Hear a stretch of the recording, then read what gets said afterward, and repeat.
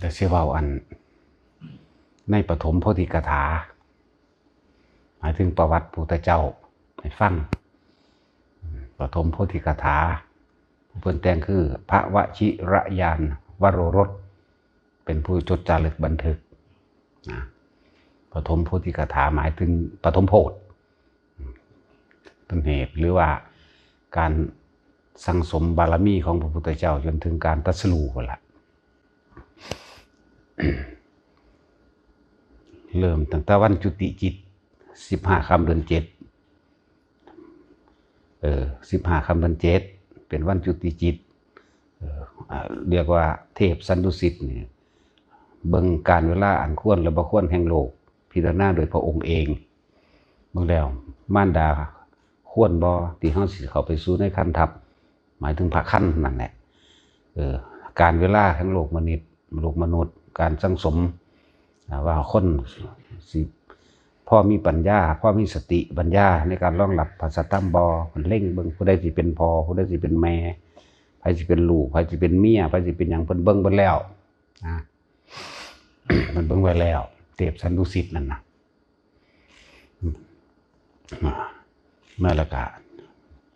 ในวันที่จุติเคลื่อนที่จากสันดุสิตลงมาสู่พระคันของแม่เข้าท้องแม่แล้วแต่ว่าก่อนที่เข้าท้องแม่ฝันก่อนฝันว่ามีสร้างเผือกบอกแล่นไปเราดอกบัวมาถวาย3 ดอกนั่นแหละพวกโหนเขาก็ทำนายล่ะว่าลูกเจ้าเป็นคนใหญ่คนโตมาเกิดก็ว่าไปแต่มีความอัศจรรย์ในมือวันจุติจิตนั้นคือคนตาบอดแต่กำเนิดหรือเพิ่งจะบอดก็แล้วแต่ตาดีทั้งเบิดคนหูหนวกหูดีทั้งเบิดคนง่อยเปียเสียขาปัญญาอ่อนก็ดีขึ้นมาทั้งเบิดคนที่เคยเป็นศัตรูคู่อาฆาตกันก็หายเบิดหน้าต่างที่ปิดไว้ก็เปิดเองเสียงดนตรีก็บรรเลงเองเสียงดนตรีอันจากเครื่องดนตรีก็บรรเลงเอาเองนะ มันเป็นเรียกว่านิมิตที่ว่าดวงตาของโลกได้เกิดขึ้นแล้วถึงอวิชชาทั้งหลายที่มืดมิดปิดบังตาของหมู่สรรพสัตว์ทั้งหลายที่ถูกเปิดเพราะว่าบุคคลผู้นี้มาจุติเป็นนิมิตอันหนึ่งแล้วก็สัตว์ที่เคยเป็นศัตรูคู่อาฆาตกันกัดกันอยู่ดีๆนี่แหละในเมื่อนั้นก็เกิดกลายเป็นหักแพ่งกันไปเลยเปรียบเทียบว่าดูดังว่าสิงโตกับกระต่ายก็หักกันเลยงูกับปังพรก็หักกันเลยกัดกันอยู่ดีๆนี่ก็เศร้าเลยอย่างนี้นะเป็นนิมิตหมายโลกสิมีผู้มีความเมตตากรุณามุทิตาอุเบกขามาจุติแล้วสิมีผู้เอาวิชามาเปิดอริยสัจสี่สิเกิดขึ้นปฏิจจสมุปบาทสิเกิดขึ้นอนิจจังทุกขังอนัตตาสิมีผู้นำคำว่าอนิจจังทุกขังอนัตตามาเปิดแล้วหน้าต่างก็เปิดเองยังเปิดเองนุสัน นี่คือมือแล้วก็ในมือประสูติแล้วกันนรกจากว่านรกมีเท่าไรทั้งเบิดนั่นแหละหยุดทำการนรกนี่ปิดเบิดแล้วจังว่ามันมีความสำคัญอยู่อันหนึ่งเด้อในวันจุติจิตของพระพุทธเจ้าคือ15 ค่ำเดือน 7บุคคลที่ทำบุญอุทิศแม้ของน้อยๆเพียงนิดหนึ่งก็สร้างแต่ขอให้อุทิศหรือด้วยความบริสุทธิ์ใจข้าวแม้เพียง1 ทัพพีอุทิศไปขอผลทานบุญกุศลกรรมดีของข้าพเจ้านี้จงถึงแด่มารดาแห่งข้าพเจ้าอุทิศไปที่สำคัญจะแหลกของเด้อคนเสมอมันแหลกของยันตะบ่รวยยันตะบ่ได้ยันตะบ่นั่นบ่นี่มันเลยคนอุทิศบุญเสมอเลยบ่ถึงตามเจตนาเพราะว่าความอยากขวางไว้เบิดละลัดไว้ละที่บอกอันนึงแม้เขาเพียงทัพพี่เดียวสามารถทำให้มารดาใน7 ชั่วโคตร7 ชั่วชาติขึ้นมาจากแม้นสิเป็นตกนรกอยู่กับสร้างขึ้นสวรรค์เลยเปรตกับสร้างขึ้นเลยแม้นเป็นสัตว์เดรัจฉานเขาสิเสียชีวิตก่อนแล้วก็รับส่วนบุญตัวนี้ขึ้นสวรรค์เลยนี่แต่สวรรค์กับสวรรค์แหละถ้าผู้ใดมีของเก่าพอได้ไปที่สูงก็ไปตามนั้นคือทุนเดิมของผู้เป็นแม่ เขาก็มีอยู่ในหันแหละแต่สิขึ้นสูงหรือต่ำตัวนี้เปลี่ยนได้ว่าเป็นกุญแจไขประตูขึ้นสู่สวรรค์คือท่านของลูกนั่นแหละลูกผู้ใดมีความกตัญญูก็เฮ็ดเอา เฮ็ดให้แม่เพิ่นเน้นความสำคัญในคำว่าแม่ว่าแม่นี่สิเลี้ยงลูกมาก่อนพออีกเลี้ยงตอนอยู่ในท้องแล้วเลี้ยงมาแต่พี่เฮาสังเกตเบิ่งคืออย่างนั้นไก่เนาะไก่มันก็ฝากลูกมันเนาะ นั่นแหละเวลามันก็เลี้ยงลูกมันไก่หมาหมูจังซี่งัวควายคือกันเนาะแม่ได้เลี้ยงหลายกว่าพ่อมันจังอยู่ใส่ดอกก็เชิงไปเลยแล้วเนาะตาสิน ก็เป็นสั่นตัวนั่นแหละแม่เลยมีคุณมากยิ่งก็พอแต่ฮักก็บ่จากว่าอันใดยิ่งกว่ากันก็พอปานกันนั่นแหละเนาะนี่อันที่พูดถึงศาสตร์ก็อย่างหนึ่งพูดถึงคนก็อย่างหนึ่งนะทุกคนคือว่าให้มีเสมอกันแหละแต่ว่าเพิ่นบรรยายเรื่องตะแม่หลายโพดนะนี่แหละนั่นแหละเป็นสั้นนี่ก็บอกเรื่องวันจุติจิต7ชั่วโคตรเฮาบ่แม่นหาก็เกิดเด้บางศาสตร์อาจจะเกิดไปเป็นงัวแม่เป็นงัวเข้าใจบ่ล่ะบางศาสตร์เป็นควายแม่เป็นควายเป็นไก่เป็นเป็ดก็ได้เป็นปลาก็ได้ในศาสตร์ไล่ไปที่แหละบ่แม่นว่าจะสิคนอย่างเดียวเด้แบบนั้นเด้แล้วนี่ที่เฮามีโอกาสแล้วนี่เป็นคนขึ้นมาแล้วนี่เป็นคนขึ้นมาแล้วก็ให้ทุกคนมาตั้งใจในมื้อนั้นที่สำคัญจะแลกของเด้บ่ได้บ่ไปเด้อถ้าแลกของทำบุญแลกของทำทาน100สาธุเด้อข้าพเจ้าวิทย์หนี้วิทย์สินเด้อให้ข้าพเจ้าถูกหวยให้ถูกลอตเตอรี่ให้ลูกเต้าแล้วหลานได้นั่นได้นี่เป็นนั่นเป็นนี่ไล่ไปเอิ้นว่าทำบุญแลกของบ่ตามล่าพุทธเจ้าเพิ่นเว้าไว้นั่นน่ะทำทานเพิ่มทุกข์หรือหวังผลจากการให้ทานจากว่าล่ะหวังผลจากการให้ทานหวังผลในทานมีจิตผูกพันในทานและมีจิตผูกพันในผลผลว่าเฮาเฮ็ดแบบนี้เฮาสิได้แบบนั้นแบบนี้ นั่นแหละตามพุทธเจ้าบอกภาษาเฮาจะง่ายแล้วตามที่เข้าใจโลดง่ายดีให้ทุกคนมาตั้งใจนี่ทำบุญทำทานอันนี้แล้วขออุทิศผลทานบุญกุศลกรรมดีร่วมเลยที่กระทำมาแล้วตั้งแต่อดีตจนถึงปัจจุบันณขณะนี้จงถึงแด่มารดาบิดาของข้าพเจ้าทั้งหมดสาธุโลดแค่นั้นบ่ต้องว่าอย่างอีกมันไปเองบัดนี้ชาตินี้เฮาเป็นลูกคนชาตินี้เฮาเป็นลูกคนพ่อแม่อาจจะตายแล้วมันก็เข้าสู่พ่อแม่แต่เวลาชาติที่แล้วอาจจะเป็นงัวพ่อแม่เป็นงัวแม่เนี่ยเป็นงัวจังซี่ก็ได้รับส่วนบุญก็ขึ้นไปเป็นเทวดาเลยไปตกนรกอยู่กับสร้างเป็นเสือเป็นสิงโตเป็นหมีเป็นหมาเป็นหยังก็ว่าไปหมายถึงว่าเขาอาจจะอยู่เป็นเปรตเขาอาจจะอยู่เป็นสัตว์นรกเข้าใจว่าล่ะเขาอาจจะเป็นเดรัจฉานอยู่จังซี่นะแม่เฮาน่ะได้รับขึ้นสวรรค์เบิดเป็นเบื้องต้นส่วนว่าสิสั้นใดเนี่ยขึ้นอยู่กับความหนักเบาของเขาอีกต่างหากแต่อย่างน้อยๆก็ขึ้นจากที่ต่ำไปได้เป็นที่สูงก็เอาหน้านั่นแหละว่าหาแต่ละเอียดขนาดนั้นดอกเนาะละเอียดก็เพราะสำนัน นี่คือวันจุติจิตของพุทธเจ้าของเฮาคือวัน15ค่ำเดือน7เขาเจ้ามาใส่วันที่เอาที่หลังซื้อได้นี่จังมีว่าเป็น15ค่ำเดือน7เข้าใจบ่ล่ะตะกี้เขาเจ้าเอาเป็นนั่นคือมีข้างขึ้นข้างแรมมีอยู่เขาจะนับเอากรีบแห่งดวงพระจันทร์เด้อเอากรีบมันจากว่าที่มันปึ๊บซ้ำนี่1ค่ำปึ๊บมาซ้ำนี่2ค่ำขึ้น1ค่ำขึ้น2ค่ำ2ค่ำ4ค่ำนี่ว่าท่านจะมีวันที่1 2 3บ่ท่านมีเดือนมกราคมกุมภาพันธ์มีนาเมษาบ่ท่านมีชวดฉลูคันธรกาจอคุณมะลงมาเสงมะเมียแม่นี่บ่ท่านมีเข้าใจว่าล่ะบ่ท่านมีบ่มีสมัยนั้นบ่ท่านมีดอกเขาจะมาแต่งที่ดังเลยมาย้อนเวลาใส่จากว่าเวลา20:00 21:00จังซี่ก็บ่ท่านมีนาฬิกา นิตคาโดยประมาณเอาประมาณเอาเท่านั้นยามเท่านี้ยามสินะปัจฉิมยามมัชฌิมยามสินะลักษณะนั้นนี่คือวันจุติ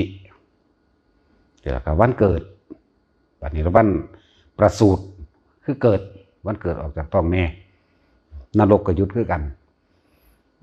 วันจุตินรกก็หยุดเด้อย่าลืมนรกก็หยุดเด้อหยุดหมดเลยทุกอย่างนะแม้ขนาดคลื่นน้ำทะเลก็ยังหยุดทะเลสัตว์อันดุดำต่ำอยู่นี่หยุดเงียบสงบบัดทั้งสั้นไฟที่มันกำลังใหม่อันใดอันหนึ่งอยู่ก็หยุดธรรมดาบ่มันหลายโพดดอกมันไล่ออกมาบ่เบิดดอกมันหลายโพดมัน32อย่างพุ่นไหม เมื่อเกิดกันนรกหยุด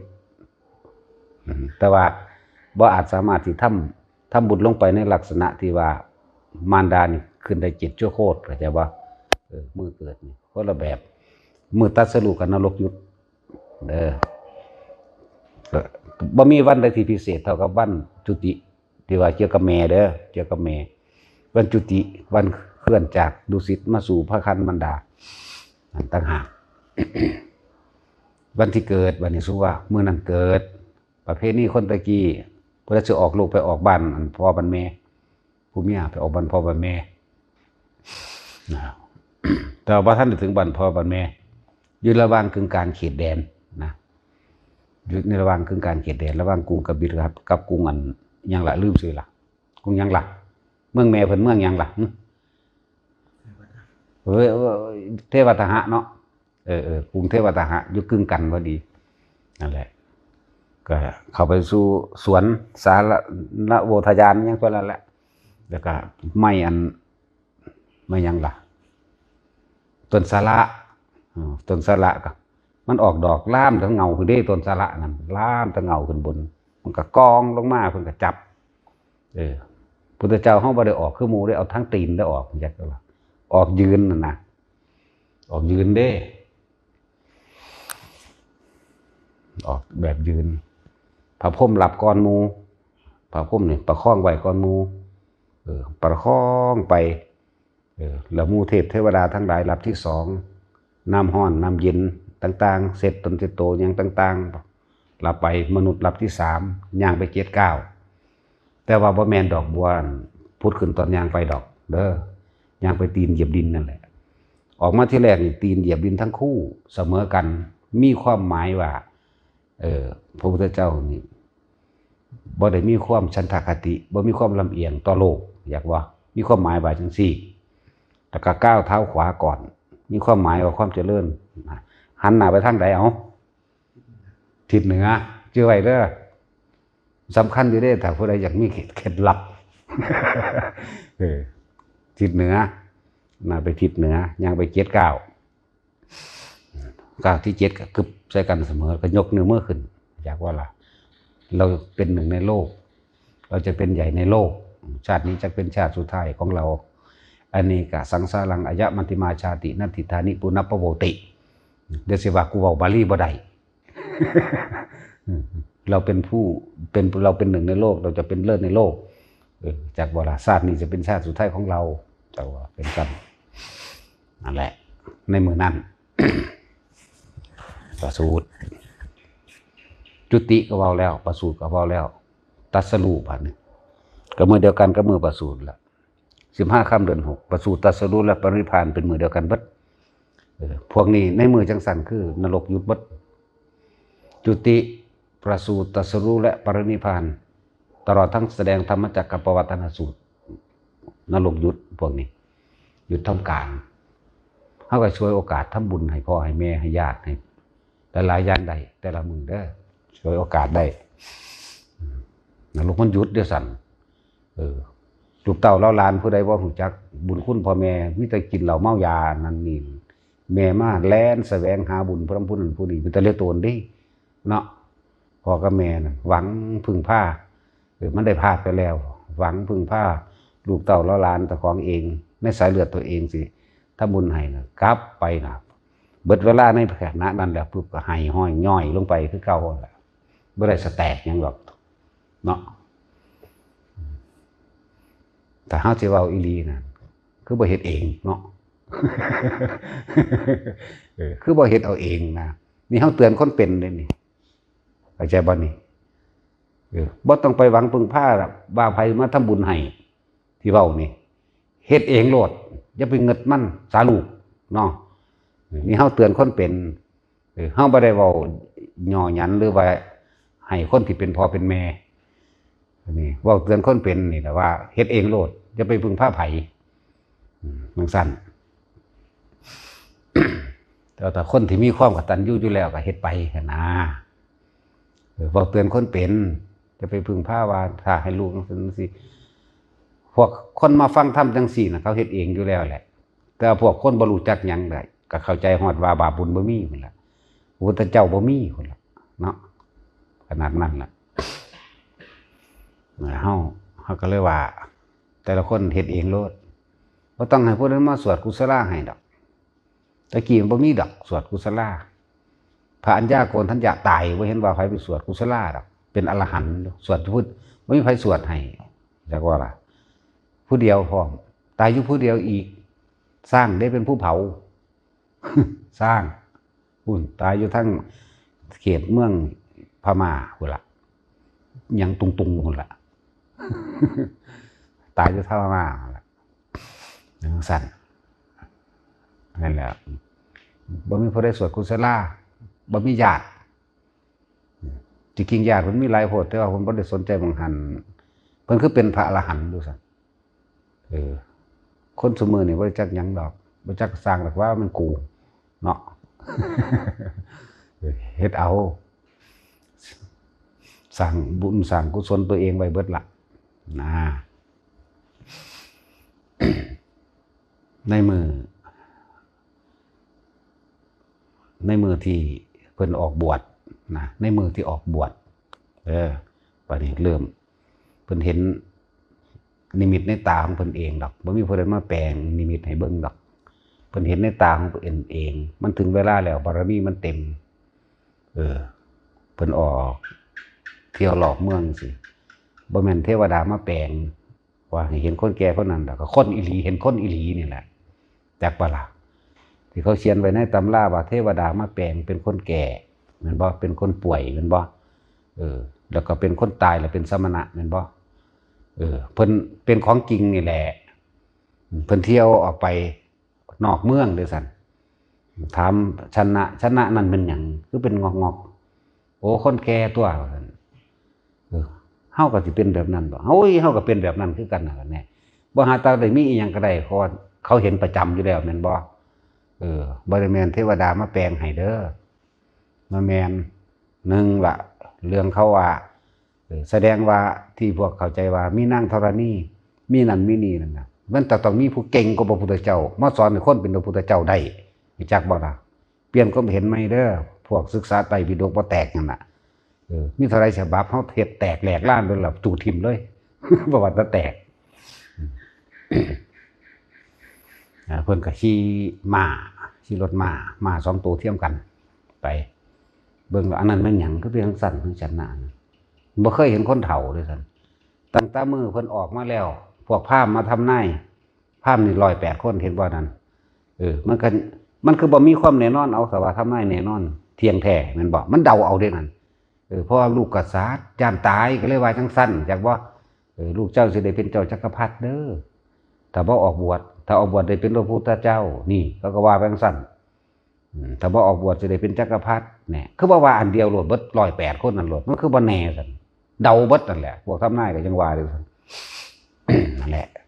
บัดนี้จังว่าพระอัญญาโกณทัญญะผู้เดียวตอนนั้นเป็นพระหนุ่มกว่าหมู่16 ปีตอนนั้น16 ปีบอกว่าสิได้เป็นพระเจ้าแน่นอนแต่ว่าตอนออกบำเพ็ญน้ำเพิ่นนั่นคือหนีปะเพิ่นแต่ว่าแน่นอนแน่มันก็เดาคือกันนี่แหละบอกว่าเลยว่าบ่ให้เชื่ออีหยังเชื่อเจ้าของนั่นแหละครับให้ทุกคนเข้าใจน้อมเข้ามาทุกสิ่งอย่างเกิดจากเฮาเองเบิดให้เข้าใจความหมายนี้นั่นแหละมือเพิ่นสิออกบวชบัดนี้เพิ่นก็เห็นเทวทูต4คำว่าเทวทูต4นั่นน่ะเขาเจ้าเขียนคนโบราณเขาเจ้าฉลาดอยู่ดอกแต่ว่าเฮาอาจสิไปยึดติดตัวนั้นไปเลยนะว่าเป็นจริงนะ แต่ว่าเฮ็ดจังสั่นแต่บ่วาดจังสั่นแต่บ่วาจังสั่นสิบ่มีความเข้าใจเห็นคนเฒ่าก็เห็นอีหลีเห็นคนป่วยก็เห็นอีหลีเห็นคนตายก็เห็นอีหลีเห็นสมณะก็เห็นอีหลีมันมีผู้บวชก่อนเพิ่นอยู่แล้วสมัยตะกี้แห่งบ่ตัดสรู้ของบ่ได้บรรลุแต่ว่าสิ่งที่มันเกิดขึ้นในใจของเพิ่นนั่นน่ะมันบารมีเพิ่นบารมีเต็มแล้วแต่เพิ่นเป็นคนที่มีความสงสัยมากในตัวเองอยู่แล้วเพิ่นสิเฝ้าหาคำตอบคนตายแล้วไปไสจังซี่เพิ่นสิถามอยู่แล้วเป็นคนสังเกตอยู่แตะเก่าหมดนี่มาจากไสน้อนั่งเบิ่งหมดเด้นั่งเบิ่งหมดปวกนี่มาจากไสน้อนี่เป็นคนที่มีคำถามถามไผๆก็บ่รู้แล้วเนาะเขามีความรู้ปานนั้นน่ะนั่งเบิ่งหมดนั่งเบิ่งปวกนั่งเบิ่งปลาสิ่งนี้มีแบบนี้สิ่งนี้มีแบบนี้มันมีต้นกำเนิดเหตุมาจากไสน้อนี่คำถามของมันสิเป็นจังซี่อยู่แล้วพวกนี้เห็นสมณะก็เห็นสมณะอีหลีนั่นแหละบ่แม่นสมณะแบบว่าเทวดามาดลบันดาลเทวดาแปลงเด้ตะกี้นักบวชก็มีหลายอยู่แล้วห่มผ้าสีส้มผ้าลายๆน่ะมีเบิดนั่นแหละบ่ว่าตาสีส้มสีหยังแบบผ้าลายๆลี่ๆไปเบิดแหละเป็นสัญลักษณ์ว่าเป็นสมณะนั่นแหละซั่นจนใครควรล่ะถามผู้ใดในเบิดเมืองนั่นก็บ่มีผู้ใดสามารถตอบได้เพิ่นเลยต้องหาคำตอบเอาเองมือลูกออกจังซี่เพิ่นก็เลยว่าห่วงเกิดขึ้นแล้วเนาะเครื่องรั่งเกิดขึ้นแล้วเนาะเด้อเอิ้นสุวรรณหุนเพิ่นบ่ได้ไปตั้งต่อหน้าต่อตาดอกมือลูกเกิดมือเพิ่นสิไปนั่นน่ะเพิ่นไปส่องเบิ่งดอกโอ้ห่วงเกิดขึ้นแล้วเนาะนะเพิ่นก็เลยเว้ากับนายชนะว่าห่วงเกิดขึ้นแล้วแต่ว่าเฮาต้องหลุดออกจากห่วงนี้ให้ได้นี่เพิ่นจะว่าไผนอนอยู่หั่นไผนอนอยู่หั่นข้าน้อยเองหมายถึงนายชนะไปหามาไม้เฮาตัวนึงก็ได้มากันตะกะมานั่นแหละแต่พากันชี้มาไปล่ะในวาดภาพไว้นั่นให้หอยอยู่หางนั่นว่ามันแล่นบ่ได้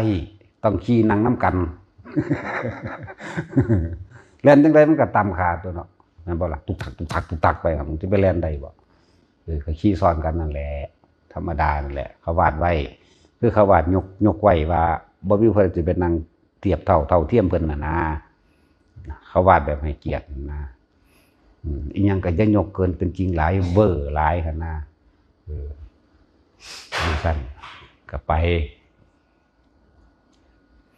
คำว่าห่วงเกิดขึ้นแล้วนี่มาตั้งที่หลังนายชนะกลับมาจากบ้านซะก็มาจากตอนเพิ่นตัดผมซะก่อนเด้อบัดนี้ผู้พ่อเพิ่นเลยถามว่าสิทธัตถะบอกว่าจังไดสิทธัตถะบอกว่าห่วงเกิดขึ้นแล้วก็เลยได้ปูของพระราหุลก็เลยสั่งซื้อว่าใส่ซื้อวางสั่นละนะ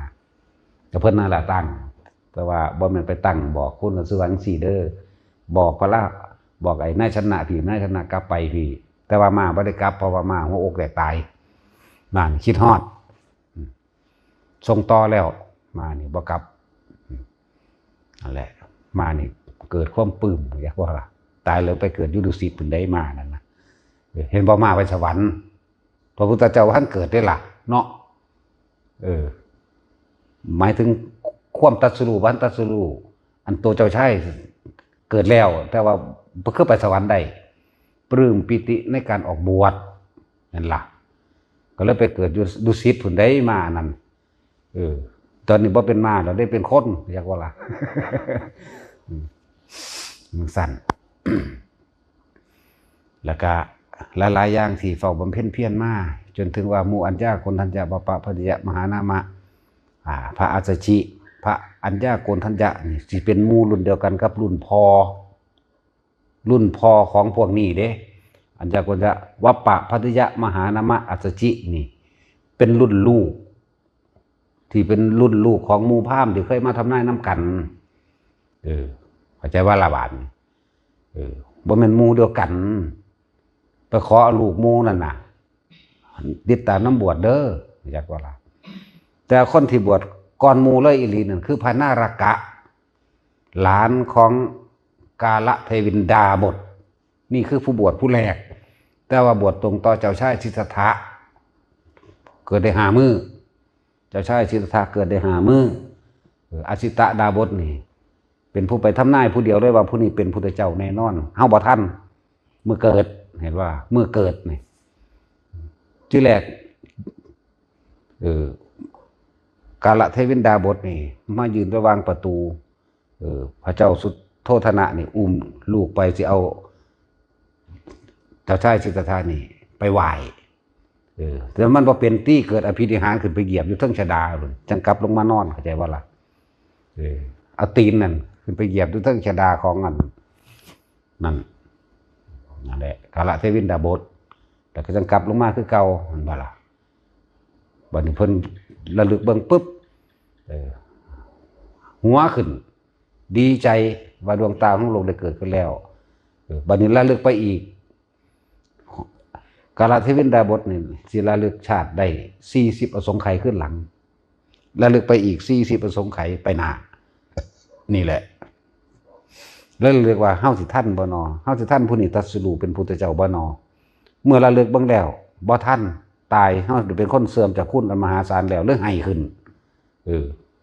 เป็นไงสุโธทนะก็เลยถามเป็นหยังคือหัวรอเมื่อกี้นี่หัวรอเราเป็นจังไห้เป็นบ้าหรอบ่นะโอ้มันมีเหตุแบบนี้ก็เลยบอกให้ฟัง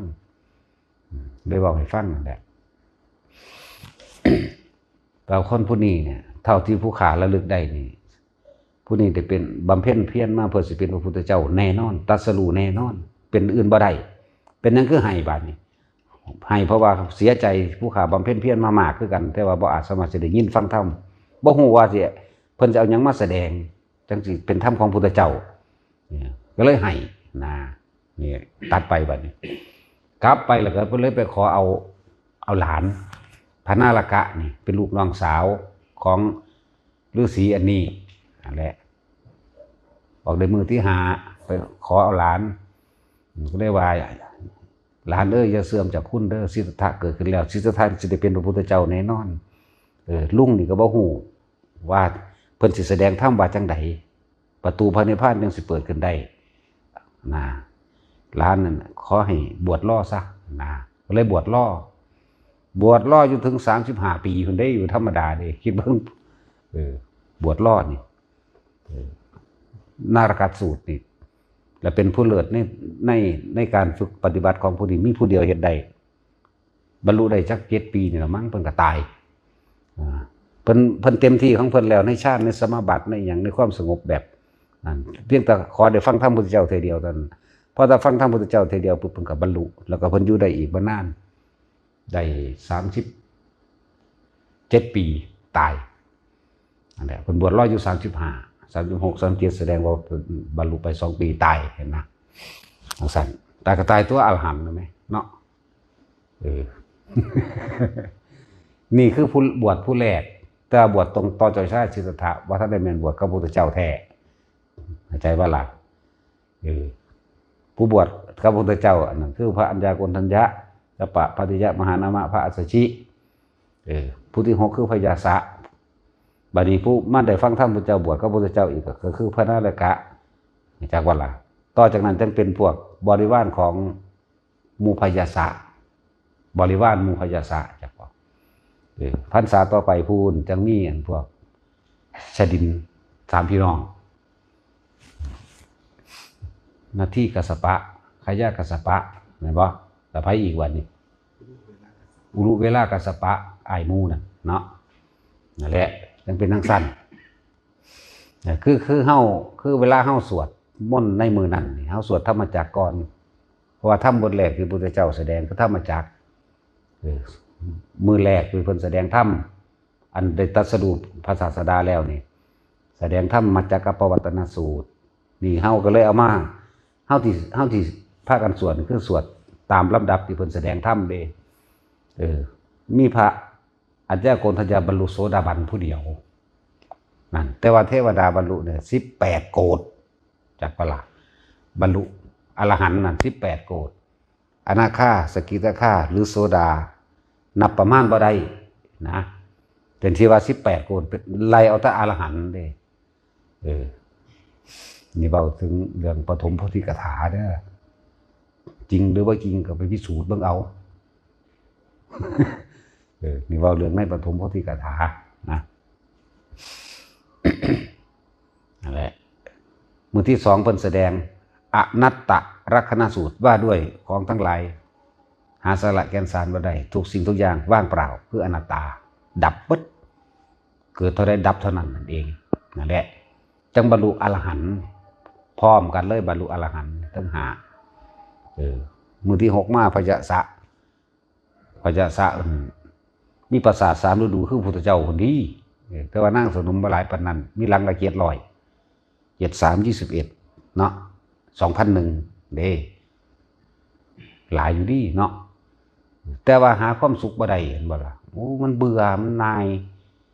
จังได้ก็เบื่อ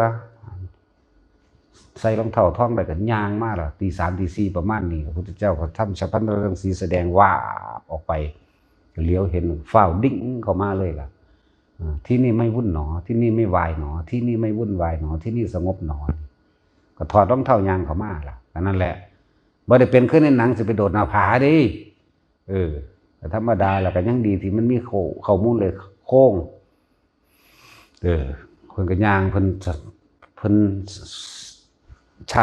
ช้แสงฉัพพนรังสีส่องทางให้นี่ก็ย่างเข้ามาเลยก็ฟังธรรมต่อหน้านั้นก็บรรลุโสดาบันก่อนเด้ตอนเศร้าพูนทั้งพ่อทั้งแม่ทั้งลูกทั้งเมียนำหาพุทธเจ้าบังไว้นั่นแหละจริตธานุภาพของเพิ่นล่ะบังไว้บังควันไว้เราซับแปลกๆเพิ่นใส่มโนมยฤทธิ์บังไว้บัดนี้แสดงธรรมให้แก่พ่อแม่ตลอดทั้งลูกทั้งเมียนั่นแหละพ่อแม่ลูกเมียบรรลุพระโสดานะแต่ว่าพญาสะนั่งอยู่ทั้งหลังบรรลุอรหันต์นั่นไปอย่างนั้นแต่เมื่อสหายหมู่พวกของพญาสะได้ยินข่าวว่าบวชแล้วพากันมาล่ะ30แล้วก็สหายของสหายมาอีกเลยเป็น60สหายของสหายนะเข้าใจป่ะหมู่ของหมู่ต่อไปอีกหมู่พญาสะมี30แล้วหมู่ของหมู่พญาสะอีกก็เลยว่าสหายทั้ง60นั่นแหละในพรรษานั้นเท่านั้นปีต่อไปยังไปพุ่นนะปีต่อไปยังไปพุ่นหลักไปโปรดเอาอุลุเวลากัสสปะนาทีกัสสปะขยะกัสสปะ3พี่น้องสิดิน3พี่น้องนั่นต่างหากมันต้องย้อนเว้ากลับไปกลับมาเด้เพราะว่ามันสิเว้ารวบเลยทีเดียวก็บ่ได้นี่พูดถึงว่าอีกอย่างหนึ่งนะวันนี้เว้าย้อนลงไปตอนที่เพิ่นบำเพ็ญเพียรอย่างหนักนางสุชาดาเอาเขามาถูกประหยัดมาถวายแล้วก็เพิ่นปั้นเขาจะค่ำจักสิปั้นเขามาถูกประหยัดนี่จะค่ำเป็นจะก่อนบ่จักชื่อไว้เด้อ49ก่อนกินเบิดเทเดียวนั่นแหละ49ค่ำ49ก่อนเขามาถูกประหยัดแล้วก็รับยาฆ่าจากไผยาฆ่าจากกรรมอีกจำได้อยู่8เนาะพวกยาฆ่ามาถวายแม่นไผโสธิยาพามนั่นแหละแล้วเพิ่นกินข้าวอิ่มแล้วอาบน้ำล้างหน้าล้างตาย่างดีเรียบร้อยได้รับยาฆ่า8 กรัมย่างเวียดรอบหาหม่องหันหม่องนี้สิไปตั้งทิศใดดีเนาะอุ้มยา8 กรัมนี่แหละไปทางทิศใต้ก็บ่เหมาะไปทางทิศตะวันตกก็บ่เหมาะทิศเหนือทิศนั้นทิศนี้ก็บ่เหมาะมาไปทางทิศตะวันออกมันมีแม่น้ำนิรัญชราดิซั่นแต่ทางทิศตะวันออกพอดีถ้าลมมากก็คือสิโชยเย็นดีอยู่เห็นบ่ล่ะก็เอาไปวางไว้นั่นก็อธิษฐานโพธิบัลลังก์ขึ้นมาล่ะหากข้าพเจ้าเดี๋ยวมันลัดตอนนี้แล้วนี่หลังจากเอาถาดทองคำถาดเข่านั่นน่ะจากนางสุชาดามาแล้วนะขอได้บ่ถวายเลยถวายเลย ก็เลยว่าเอาไปเสี่ยงร้อยถาดซะก่อนว่าหากสิตรัสรู้เป็นพุทธเจ้าเนี่ยขอให้ถาดจงลอยท่วนกระแสน้ำน้ำมันไหลลงมาแม่นบ่ตามธรรมดามันต้องไหลไปตามน้ำเนาะขอให้นี่จงลอยท่วนกระแสน้ำก็ลอยท่วนกระแสน้ำขึ้นไปประมาณเซนหนึ่งจังจมลงไปจมรีดลงไปเคาะกับถ้วยที่มีอยู่แล้วอย่างว่ากิ๊กๆกว่าหนึ่งนาคอยู่หันเสือว่าจังใดพูดกูหูจักหอดนาคว่าเสือว่าจังใดกูจักว่ามันเกิดเป็นยังจังเป็นนาคตัวนี้พร้อมเหมือนเด้ กูบ่ได้เว้าลอยๆเด้ ละเอียดปานนั้นแหละ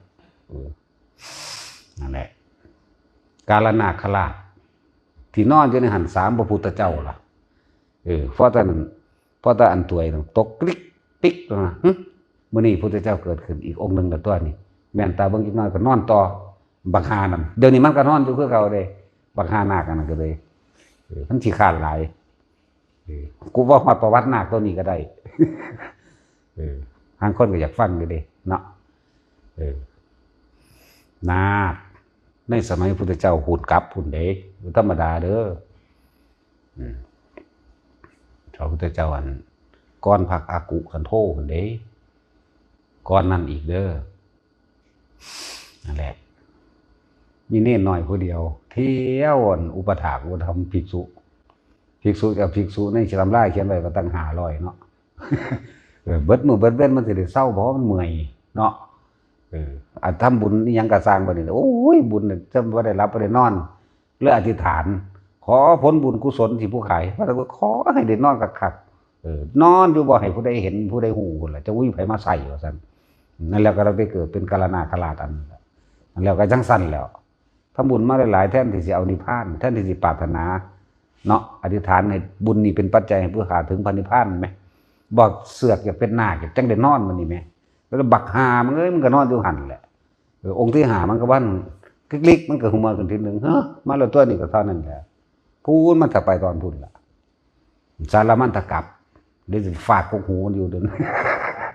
มันจะไปตอนพุ่นแหละมันจะไปขึ้นตอนพุ่นเด้นั่นแหละเป็นสั้นมีประวัตินาคนิดหน่อยที่จริงละเอียดและดุเดือดก็นี่อีกแค่ก็ละทำไมพูดละสมัยพุทธเจ้าสิกขีเด้อสมัยพุทธเจ้าสิกขีจังต่อมาจังเป็นปากากุแค่ว่าละ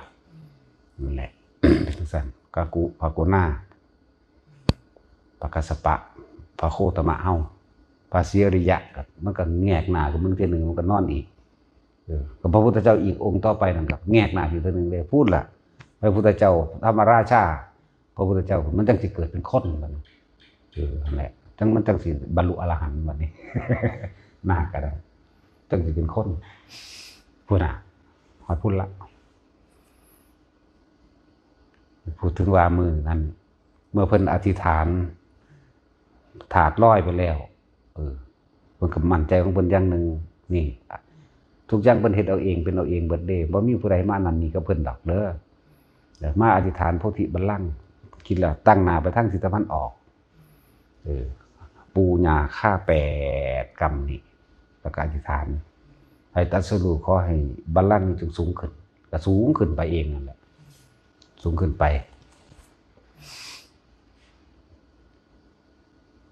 ล้างหน้าล้างตาแล้วเรียบร้อยก็ขึ้นไปนั่งแล้วเทิงโพธิบัลลังก์นั่นแหละพญามารมาที่เดี๋ยวต้องรอย้อนไปอีกจักหน่อยนึงวันนี้ ว่าท่านแมงพญามารมาในตอนนั้นมูเทวดาทั้งหลายเกลื่อนกลกันแตกคือกับพืชปีกไหลลงมา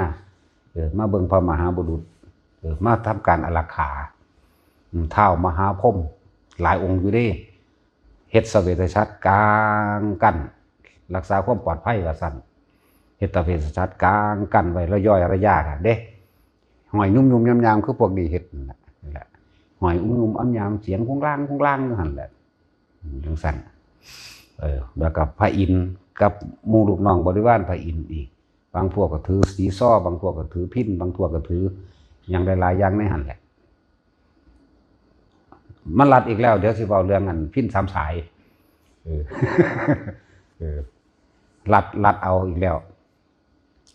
ตอนที่ว่าเพิ่นบำเพ็ญทุกขกิริยาอดข้าวอดน้ำหรือว่ากั้นลมหายใจแล่นจงกรมกินขี้งัวกินเหงียวกินน้ำที่ระยศที่นั้นมันทรมานมันสิตายก่อนมันเค็งเกินไปแล้วก็มีเขามาเขียนไว้เขามาวาดไว้ว่ามีเทวดามาดีดพิณ3สายให้ฟังสายหนึ่งมันย่างเกินไปตวงว่าซั่นเขาว่าบ่ได้สายนี้มันเค็งเกินไปดีดปิ้งมาเดี๋ยวขาดปุดโดดสายที่3ก็เลยเป็นพอดีว่าซั่นเพิ่นก็เลยคิดได้ว่าต้องบำเพ็ญเป็นปานกลางเด้อซั่นความจริงแต่บ่แม่นบ่มีเด้อเว้าให้เต็มเว้าให้ชัด เว้าให้เต็มปากเลยว่าบ่มีเทวดามาดีดพิณ3 สายให้รู้เด้ออันเขาเจ้าวาดไว้นั่นน่ะบ่แม่นเด้อไผสิไปสอนพระพุทธเจ้าให้เป็นพระพุทธเจ้าได้เดี๋ยวนี้บ่ซั่นสิว่าเป็นครูของเทวดาและมนุษย์ทั้งหลายบ่ที่จริงมันบ่แม่นเด้อเรื่องพิณ3 สายเพิ่นสอนกษัตริย์อีกองค์หนึ่งต่างหากพูนกษัตริย์ผู้นั้นเป็นคนมักเล่นพิณบำเพ็ญอย่างอุกฤษอันนั้นตีนเพิ่นก็นุ่มพระองค์นั้นสิว่าได้ล่ะตีนเพิ่นก็นุ่มเดินจงกรมตีนแตกเลือดออกเป็นพุทธเจ้าว่าโอ้ผู้ใดมาฆ่าควายอยู่นี่นอนี่เพิ่นก็เลยเอามาสอนเรื่องพิณ3 สายเป็นเรื่องของพระอีกองค์หนึ่งศาสนาก็เจริญแล้วนั่นหมายถึงแพร่ขยายไปไกลแล้วล่ะก็เลยว่าพิณถ้าตั้งเข่งเกินไปมันดีดได้อยู่ก็ขาดถ้าตั้งตึงเกินไปก็เล่นบ่ได้มีสำนวนสำเนียงหยังถ้าตั้งพอดีพระเจ้าข้าก็เลยคิดได้ก็เลยบำเพ็ญเพียรโดยมัชฌิมาปฏิปทาของเพิ่นเองแหละก็เลยบรรลุนั่นเป็นเรื่องของพระอีกองค์หนึ่งได้บ่ได้เป็นเรื่องของเทวดามาสอนพระพุทธเจ้ามาดีดพิณให้พระพุทธเจ้าให้ฟังได้เด้อทำความเข้าใจไหม เป็นทั้งสั้นอย่าจำจนฝังใจหลายว่ามันต้องเป็นจริงว่าเป็นจริงเด้อมันมีจะบอกพวกเก่งของพระพุทธเจ้ามาสอนคนอีกผู้หนึ่งมาเป็นพระพุทธเจ้าแม่นบ่ล่ะมันบ่แม่นเด้อันนี้ละออกไหมหักล้างหลักการนี่พวกเฮาอย่าพากันยึดแนวจังสั้นหลายแสดงว่าเทวดานี่เก่งกว่าพระพุทธเจ้าติเทวดานี่สอนให้พ้นเป็นพระพุทธเจ้าได้บ่แม่นทางสายกลางนี่คือพระพุทธเจ้าเป็นผู้สอนผู้เดียวชื่อไว้แม่นบ่ล่ะทั้งสั้นแหละนี่คือความเข้าใจผิดพวกติดหลักการนะทั้งสั้นเว้าย้อนมาบัดนี้เรื่องนี้เว้าให้ความเห็นไม่แล้วว่าบ่แม่นเรื่องพิณ3 สายเป็นเรื่องพุทธเจ้าสอนพระราชาที่มาบวชพระราชานี่เพิ่นสิมีคนเกิดอยู่ฟ้าตีนเพิ่นณขาหยังละชื่อเพิ่นน่ะลืมละยังละซื้อยังละ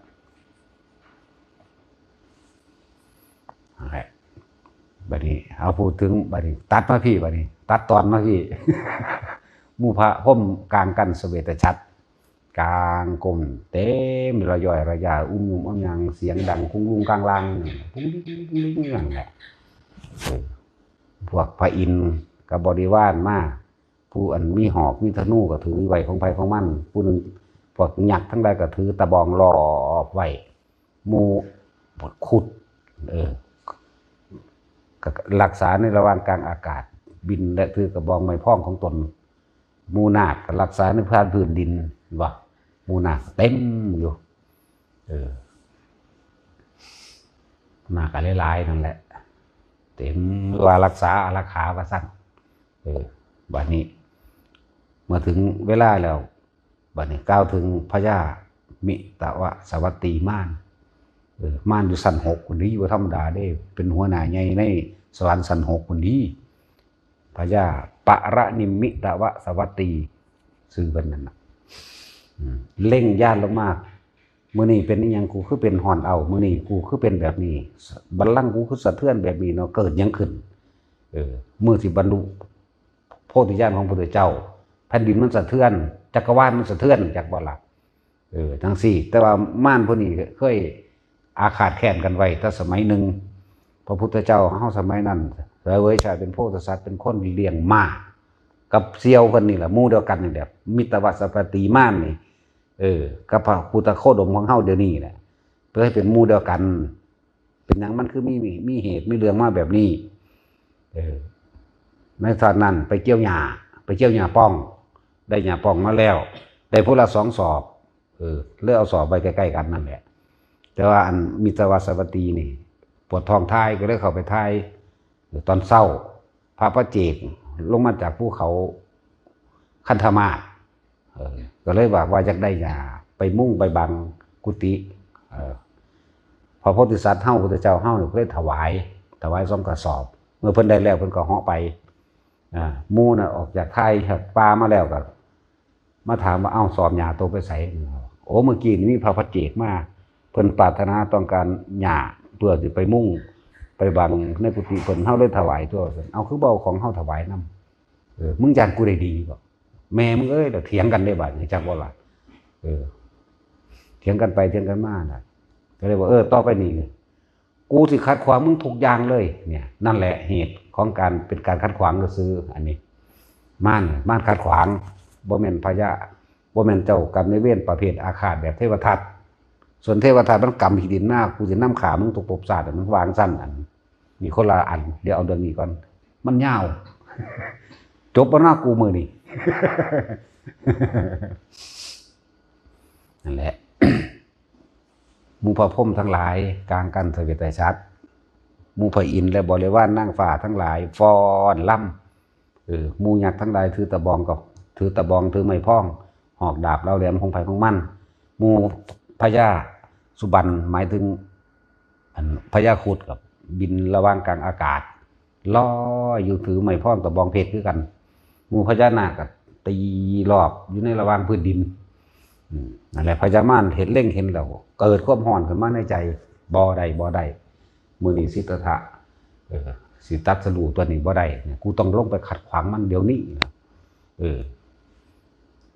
ประมาณปุระ5-6 โมงแรง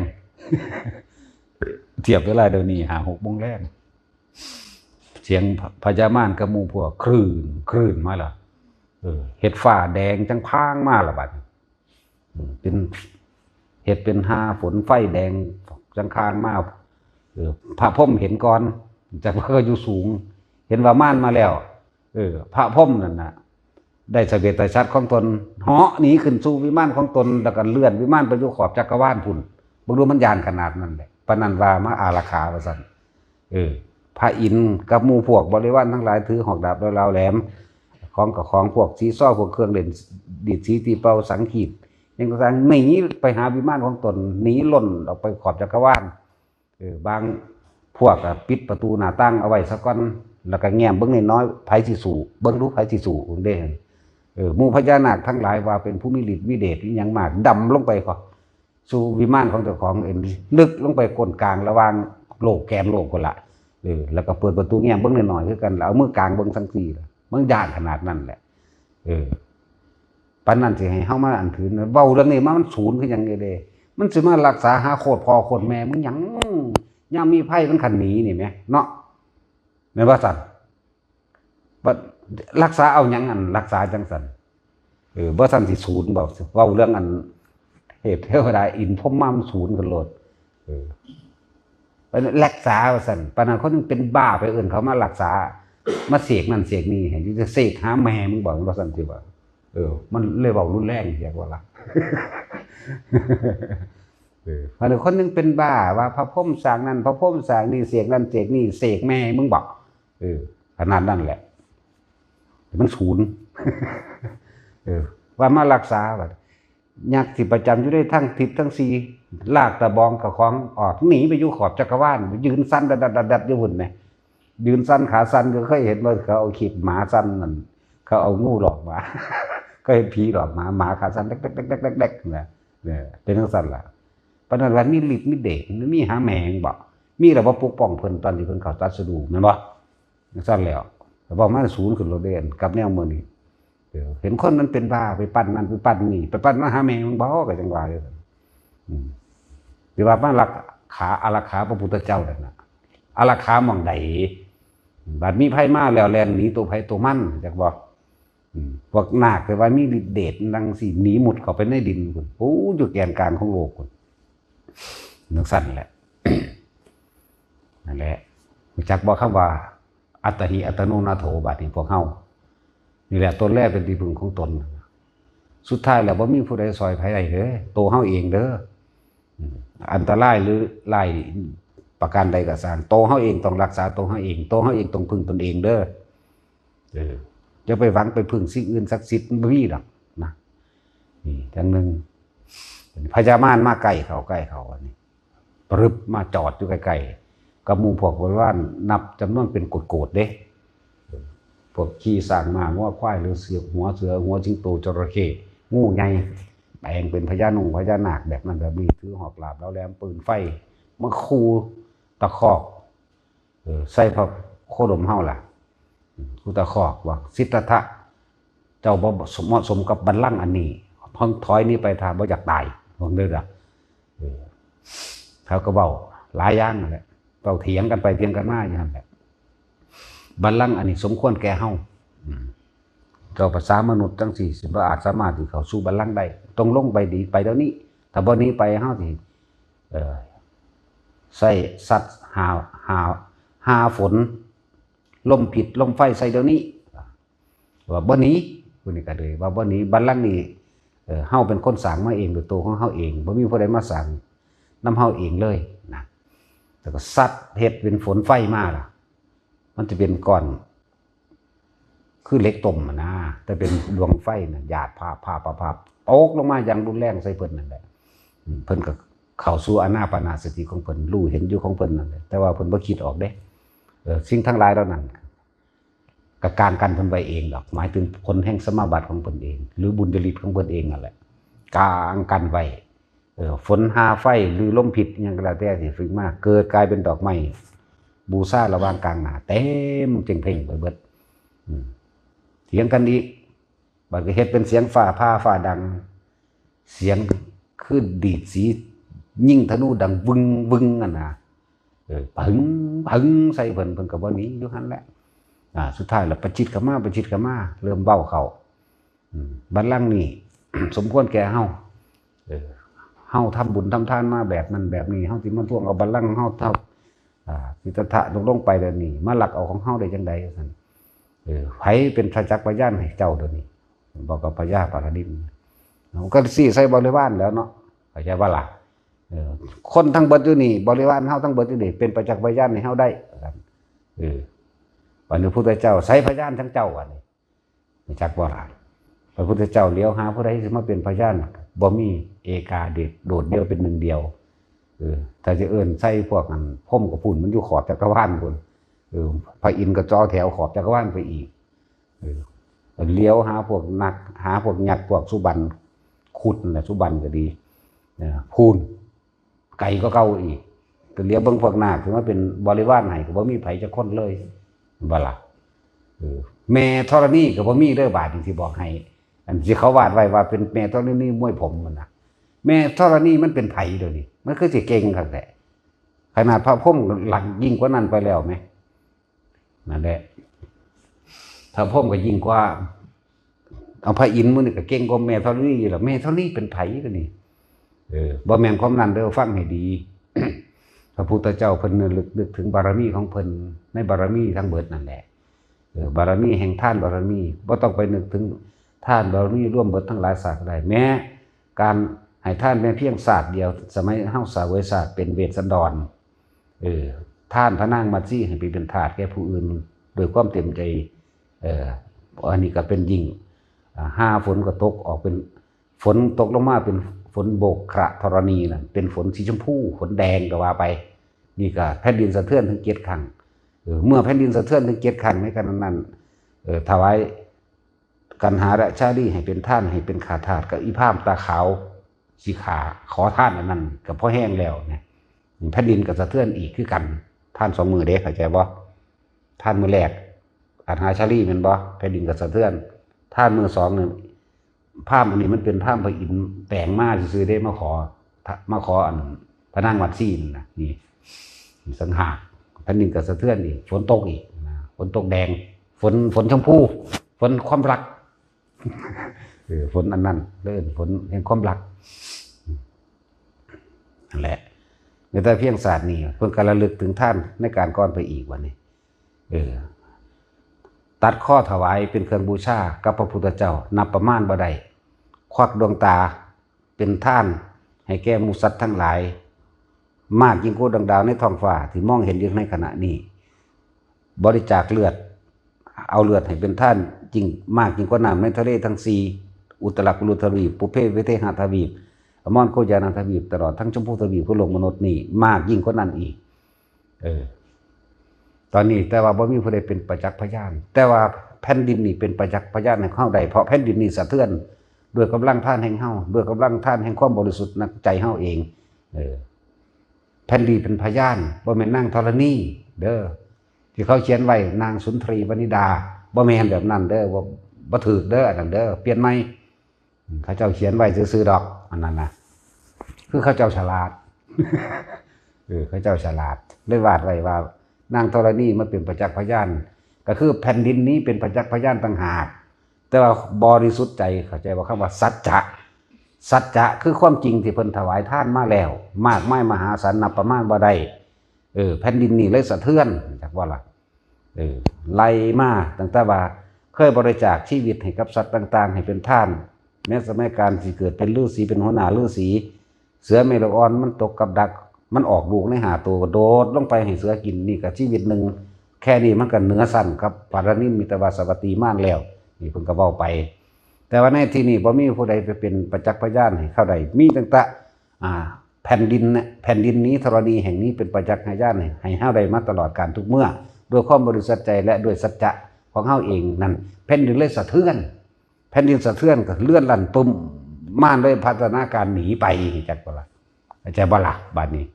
บ่แม่นเรียงอันนางธรณีมาปกป้องเด้ขนาดพระอินทร์พระพรหมยังขาสั้นอยู่ไกลๆพุ่นเด้พญานาคพญาแหนกพุ่นเลยไปอีกมันธรรมดามันใต้ดินพุ่นแถมซ้ำเปิดหน้าต่างพระแกรแย้มพระแกรออกนิดหนึ่งแล้วใช้มือปิดบังทำมือห่างๆแล้วแอบแลเหลียวดูว่ะสั่นปานนั้นพอเข้ายังสิคิดว่าสิไปพึ่งผ้าเขาคนเล็กน้อยเมื่อนั้นที่โอ้ยสิไปพึ่งผ้าหาแมงยังบ่ทันสิว่าถ้าว่าเรื่องจังซี่มาศูนย์หลดแล้วมันเป็นหยังปานนั้นว่าปกป้องเนาะปกป้องเมืองใดเนาะเวลามีไฟขันนี้เนาะแม่นว่าสั่นนั่นแหละชื่อไว้คำว่าอัตหิอัตโนนาโถเด้อนี่คำสอนที่เพิ่นบอกสัตว์โลกแล้วก็เป็นไปตามกรรมคือกับของทำเอาเองทั้งเบิดแล้วก็เฮาต้องพึ่งตัวเฮาเองจะไปหวังพึ่งไผจังซั่นสัตว์สัตว์อีหยังมากก็สร้าง ตอนพญามารเฮ็ดมาพี่ตอนเพิ่นใส่สัจจะกิริยาของเพิ่นผิดต่างหากเพิ่นบอกตามความเป็นจริงที่เคยถวายทานมาแบบนั้นแล้วเพิ่นก็เลยเอานิ้วมือเพิ่นสี่ลงดินซื่อๆนี่แหละว่าแผ่นดินนี้นี่ธรณีแห่งนี้เป็นพยานแห่งเราได้นี่ต่างหากบ่แม่นนั่งธรณีเด้อเพิ่นใส่นิ้วขวานี่จักว่านี่นิ้วขวามือขวา เพิ่นสี่ลงไปนี่เพิ่นบ่ได้สี่แบบเฮาอันนี้เฮามันแสดงเอาซื่อดอกเพิ่นอยู่ซื่อๆนี่แหละแต่จิตเพิ่นสี่ลงไปลักษณะนั้นแผ่นดินมันสะเทือนตี้บัดนี้ด้วยอำนาจหรือว่าบุญจริตของเพิ่นเองด้วยปาตนาการพวกม่านทั้งหลายหนีไปนั่นแหละเขาย่ามที่หนึ่งเพิ่นก็สำเร็จปุพเพนิวาสานุสติญาณว่าย่ามที่หนึ่งจากว่าประมาณทุ่ม2 ทุ่มนี่แหละ เพิ่นก็สำเร็จไปเรื่อยนั่นนี่ไปเรื่อยจนถึงที่สุดแห่งอราวรญาณเมื่อถึงอราวรญาณแล้วก็สัพพัญญุตญาณตัวแล้วลึกจนสุดแหละเสวยวิมุตติสุขไปละบาดนี้ในอาทิตย์หนึ่งพุ่นน่ะเสวยวิมุตติสุขอยู่หั่นละที่แรกนั่นน่ะพญามารมันเศร้าใจมันบ่สนะจักว่าล่ะไปเอามือขีดดินอยู่หั่นขีดเป็น16 ขีดพุ่นเด้จำได้ขนาดนั้นละขีด16 ขีดครั้งแรกเฮาก็บ่สำเร็จคือเคยต่อต้านหรือว่าเคยขัดเคยขวางมาถึง16 ครั้งครั้งนี้เป็นครั้งที่16เราก็บ่อาจสามารถชนะสิทธัตถะได้จากว่าล่ะลูกสาวพญามารทั้ง3บัดนี้ตอนนั้นเพิ่นเข้าเสวยวิมุตติสุขแล้วเข้าใจบ่บ่ทันได้ลุกจากที่ดอกอยู่บังเก่านั่นแหละในอาทิตย์หนึ่งซะก่อนนั่งราคะนั่งอรตีนั่งตัณหานั่งราคะกับนั่งอรตีแปลงมาบอกก็พอจะเป็นอีหยังก็เป็นแนวนี้สู่สิทธัตถะบ่ได้เรื่องผู้ชายต้องเป็นเรื่องของผู้หญิงพอเดี๋ยวลูกสินำสิทธัตถะมาถวายใต้พระบาทของพ่อเองดอกหน้าตามธรรมดาแล้วผู้ชายต้องแพ้พ่ายแก่กุลสตรีเอาแล้วแต่โตไปล่ะทั้ง3ก็ไปยั่วยวนฟ้อนล่ำจังใดก็สร้างก็ขอเข้าไปเว้าความจริงเพิ่นบ่ได้เว้านำเด้เพิ่นนั่งเสวยวิมุตติสุขของเพิ่นอยู่ต่างหากมันถึงที่สุดแล้วม่านก็ยั่วยวนหลายอันหลายอย่างได้หั่นแหละนั่งตัณหานี่ก็คิดขึ้นความอยากนั่งคิดขึ้นว่าตามธรรมดาล่ะผู้ชายบางคนก็มักสาวสักหน่อย16 ปี20 ปีไล่ไป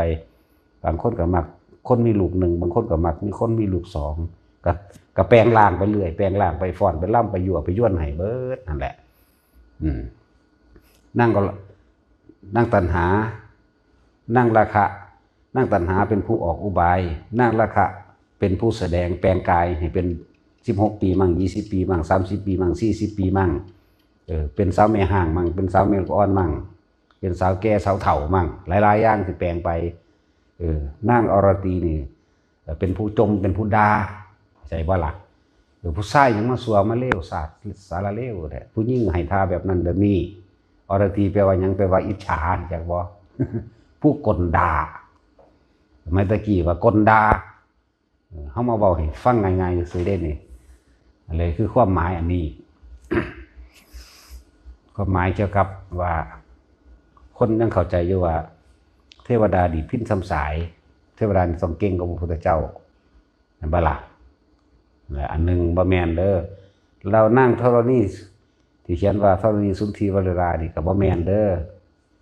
เพิ่นระลึกถึงบารมี30ของเพิ่นเองต่างหากพระโพธิสัตว์ทุกพระองค์อยู่แล้วบ่เคยระลึกถึงสิ่งศักดิ์สิทธิ์ให้มาซอยมาเหลือเด้อไล่เบิ่งดีๆโลดผู้ใดศึกษานั่นน่ะในชาติที่เพิ่นเสวยชาติเป็นพระโพธิสัตว์ไล่เบิ่งดีๆมีแต่อาศัยอำนาจแห่งสัจจะเท่านั้นเลยนึกถึงบุญบารมีของเจ้าของเองที่ทำเองเด้บ่ได้ไปนึกถึงให้ผู้นั้นผู้นี้มาซอยเด้เอาเบิ่งอ่านเบิ่งดีๆโลดมหาชนกตกน้ำเทวดามากก็ยังด่าเฉยเห็นเหมือนธรรมดาบ่มหาชนกก็ดีบ่ได้โอ้ยซอยผู้ขาแน่ทั้งที่บ่มีเด้หลายชาติเบิ่งเอาดีๆโลดเด้อบ่มีชาติที่เป็นหยังล่ะจันทกุมารสั้นพอเป็นมิจฉาทิฏฐิสิไปสวรรค์ทั้งดิบทั้งสั้นทั้งสี่ผู้อื่นๆเนี่ยนึกถึงเทวดาอินพรหมอยู่แต่ว่าพระโพธิสัตว์เฮาบ่เคยนึกถึงจะใส่สัจจะอย่างเดียวนี่คือเขาเจ้าสิใส่สัจจะเด้ เรื่องมันยาวถ้าสิบอกไป ก็เลยว่าตรวจสอบเบิ่งเฮาพอจำได้อยู่ประมาณ 15,000 เรื่องนี่แหละ พอจำได้อยู่แล้วแต่มันสิพูดแต่ว่านี่พอจำได้ประมาณ 15,000 เรื่องเด้อนั่นแหละไล่เบิ่งนี่บ่มีเลยสิขอลองอ้อนวอนสิ่งศักดิ์สิทธิ์เทพเทวดาอินพรหมให้สอยบ่มีแต่ระลึกถึงบารมีแห่งตนที่สะสมไว้นี่ต่างหากและก็ด้วยสัจจะพร้อมตามความเป็นจริงได้บ่ได้ตัวเอาเข้าใจบ่ล่ะเรียกว่าสัจจะแปลว่าความจริงตามความเป็นจริงที่เจ้าของเฮ็ดมาคือศาสตร์ที่เพิ่นเกิดเป็นนกขุมนี่แหมปีกทั้งสองของข้าพเจ้าก็มีอยู่นี่มารดาบิดาก็มีอยู่แต่บินหนีไปแล้วนี่แหมไฟเจ้าเอ๋ยนะจงหยุดตรงนั้นแหละแม้ตัวเราเองก็กลัวตายแน่นี่นะสัจจะง่ายๆนี่นึงแหมเว้าไปตามความจริงนี่แหมศาสตร์ที่เป็นนกขุมก็เกิดอยู่นี่เด้สัตว์อยู่อำเภอพระธาตุพนมมองพระธาตุเก่าอยู่นั่นเด้นั่นแหละเกิดยังว่าจื้อได้เนาะจังสั่นล่ะ หลายศาสตร์สุวรรณสามก็ใส่สัจจะเห็นบ่ล่ะจันทกุมารก็สัจจะทุกอย่างมโหสถก็สัจจะบ่ได้มีเล่ห์กลพ้นเทอุบายหยังเลยใส่แต่ความจริงล้วนๆใส่สัจจะเด้มโหสถนี่หังเป็นเอกเป็นที่หนึ่งของเฮาอยู่แล้วชื่อได้ทุกอย่างกล่าวเลยล่ะถ้าจะเว้าละเอียดถึง3 มื้อก็บ่จบ ลวกๆเอาจนจบดึงสั่นนี่เว้าทำเว้าให้พวกเฮาได้ความเห็นมาซื่อๆดอกที่เฮาเข้าใจว่าเทพเทวดาอินพรหมพญายมพญาหยังทั้งหลายต่างๆนาคขุดพญาสุบรรณทั้งหลายหมู่เราพญานาคเทพต่างๆบ่อาจสามารถช่วยเฮาได้โตเฮาต้องพึ่งตนเองเด้อคำสอนที่พระพุทธเจ้าทรงแสดงให้พวกเฮาฟังอัตตหิอัตโนนาโถพึ่งตนเองเถอะพึ่งตนเองแล้วก็พึ่งความจริงสัจจะคือธรรมะคือความจริงของตัวของที่เคยบำเพ็ญมาที่เคยเฮ็ดมาให้เอาความจริงตัวนี้ทั้งหากนะนึกถึงบุญของตัวของเองที่เฮ็ดไว้ซะก็ต้องไปนึกถึงผู้อื่นไม่ซอยเฮาดอกเมื่อนี้ตอนนี้ธรรมมันเกิดขึ้นแล้วความจริงได้ถูกเปิดเผยแล้วเกี่ยวกับเรื่องของพระนิพพานอาณาปานาสตินั่นแหละเป็นหนทางแห่งพระนิพพานทุกคนอาศัยลมหายใจเจ้าของพึ่งตนเองตัวนี้ดีกว่าจะไปคิดไปหวังไปพึ่งว่าผู้ใดสิพาเฮาไปสวรรค์และนรกได้ตัวเฮาก็เกิดมาเองเด้พ่อแม่พาให้เกิดก็บ่แม่นอีกเด้ อันนั้นเป็นเรื่องของธาตุผสมธาตุแต่ว่าตัณหาของเฮาเองสมรู้ร่วมคิดกันเองได้จังมาเกิดน้ำกันตัณหาหาที่สุดบ่ได้เด้หาต้นบ่ได้หาปลายบ่มีความอยากของเฮาเองเด้เฮ็ดมาเกิดเกี่ยวกันเป็นพ่อเป็นแม่เป็นลูกเป็นผัวเป็นเมียเป็นญาติสายโลหิตหรือเป็นหมู่พวกเพื่อนฝูงก็ร่วมแล้วแต่เคยสมรู้ร่วมคิดกันมาเบิดจิตเจตนาแล้วเคยร่วมกันผู้ใดอยากพ้นจากสังสารวัฏอันนี้ได้ให้เข้าสู่อานาปานสติซะง่ายสุดแล้วนะถึงบอกว่าทุกคนจะไปหวังพึ่งพาไผตัวเองคนที่ทุกข์คนที่มีสมบัติมากหรือบ่มีสมบัติมากก็อาศัยตัวเองนั่นเด้บ่แม่นอาศัยผู้อื่นเด้เจ้าของได้เป็นผู้ท่านมาเองจักว่าล่ะจังมีได้อายุสั้นอายุยืนก็เจ้าของเฮ็ดเอาเองเด้ตายแล้วจากนี้สิไปสวรรค์กับเจ้าของได้เว้ยเป็นผู้เป็นนึกถึงเอาเองในบุญสิไปนรกกับเจ้าของได้เฮ็ดเองบ่มีผู้ใดมาสาปแช่งให้เฮาไปนรกได้บ่มีผู้ใดมาอวยพรเฮาไปสวรรค์ได้ตัวเองล้วนๆเด้ออัตตหิอัตโนนาโถตนได้เป็นที่พึ่งของตนสัตว์โลกเป็นไปตามกรรมเด้กัมมุนาวัตติโลโกนี่ตัวเองนั่นแหละสัตว์ก็เลยพวกเจ้าไปยึดติดในอันใดไปยึดมั่นถือมั่นในอันใดอารมณ์ใดนั่นแหละสัตว์แปลว่าผู้เสวยอารมณ์ในความยึดมั่นถือมั่นยึดติดเห็นป่ะติดอันใดอันใดอันหนึ่งนั่นแหละรูปรสกลิ่นเสียงนั่นแหละบ่มีอีหยังมากเด้รูปกับน้ำนั่นแหละกายเวทนาสัญญาสังขารวิญญาณเฮาสิละรูปเฮาสิละน้ำละแบบใดกันละในล่มโลดละบ่แม่นการคิดดับต้องเลิกคิดอสังขตธรรมหยุดคิดปรุงแต่งในสิ่งทั้งหลายทั้งปวงที่มีอยู่ที่เห็นอยู่ที่ได้ยินอยู่รูปรสกลิ่นเสียงสัมผัสละตรงใดละตรงคิดหยุดคิดเท่านั้นจึงสิเป็นไปได้เอาหยังพาหยุดเอาลมนี่แหละตัณหาสิกว้างไกลกิเลสมันสิมีมากมายเพียงใดก็ตามเฮาสามารถทะลุออกได้โดยอานาปานสติลมหายใจเข้าออกจับอยู่แต่ลมนั่นแหละจะไปคิดหยังจะไปหาคำตอบเข้าใจว่าล่ะสงสัยนั่นนี่จะได้คำตอบแล้วมันก็ไปหาคำถามใหม่คือเก่านั่นแหละถึงบอกว่าทุกคนเนี่ยอยู่กับลมเถอะเอาลมเนี่ยเป็นเครื่องล่อเลี้ยงความคิดเจ้าของเองให้มันเลิกคิดมันก็อยู่กับลมเขาลมบ่มีรูปร่างลมบ่มีตัวตนลมบ่มีลักษณะท่าทางลมบ่หักไผบ่สร้างไผเด้ลมหายใจลมบ่มีรูปร่างตัวตนแต่ว่าสัมผัสได้ในตนนั่นแหละเรียกว่าให้มั่นใจในรูลมเข้ารูลมออก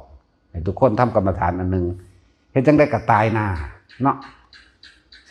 หนีไปไสก็ตายคือเก่าหน้ารวยก็ตายหน้าจนก็ตายหน้าป่วยก็ตายบ่ป่วยก็ตายหน้าแล้วสิไปเอาใส่พึ่งพาหยังเอาถ้าพวกเจ้าไปคิดถึงสิ่งใดสิ่งหนึ่งพวกเจ้าก็ไปเกิดในสิ่งที่คิดถึงนั่นแหละสัตว์ยึดติดว่าล่ะพึ่งตนเองนั่นลมหายใจตนเองนั่นนี่ต่างหาก